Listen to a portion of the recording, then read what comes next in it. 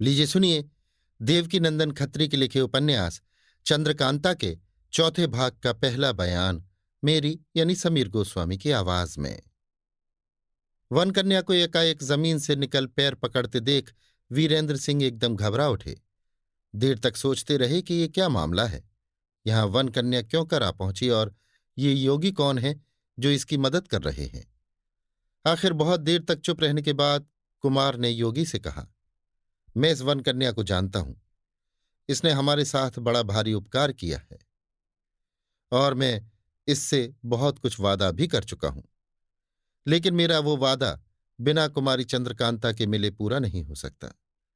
देखिए, इसी चिट्ठी में जो आपने दी है क्या शर्त है। खुद इन्होंने लिखा है कि मुझसे और कुमारी चंद्रकांता से एक ही दिन शादी हो, और इस बात को मैंने मंजूर किया है। पर जब कुमारी चंद्रकांता ही इस दुनिया से चली गई, तब मैं किसी से ब्याह नहीं कर सकता। इकरार दोनों से एक साथ ही शादी करने का है। योगी वन कन्या की तरफ देखकर, क्यों री, तू मुझे झूठा बनाना चाहती है?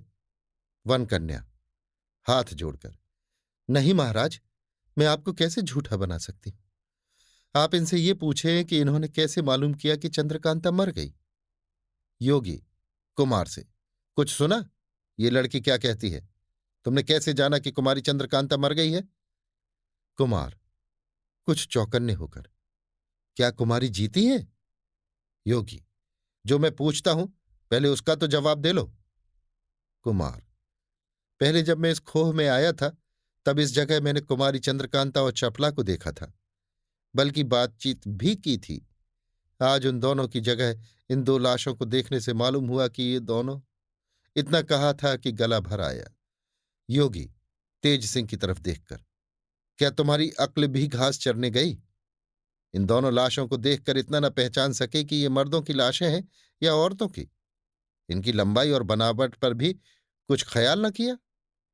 तेज सिंह घबराकर तथा दोनों लाशों की तरफ गौर से देख और शर्मा कर, मुझसे बड़ी भूल हुई कि मैंने इन दोनों लाशों पर गौर नहीं किया। कुमार के साथ ही मैं भी घबरा गया। हकीकत में दोनों लाशें मर्दों की हैं, औरतों की नहीं। योगी, अय्यारों से ऐसी भूल का होना कितने शर्म की बात है। इस जरा सी भूल में कुमार की जान जा चुकी थी। उंगली से इशारा करके, देखो उस तरफ उन दोनों पहाड़ियों के बीच में। इतना बहुत है क्योंकि तुम इस तहखाने का हाल जानते हो, अपने उस्ताद से सुन चुके हो।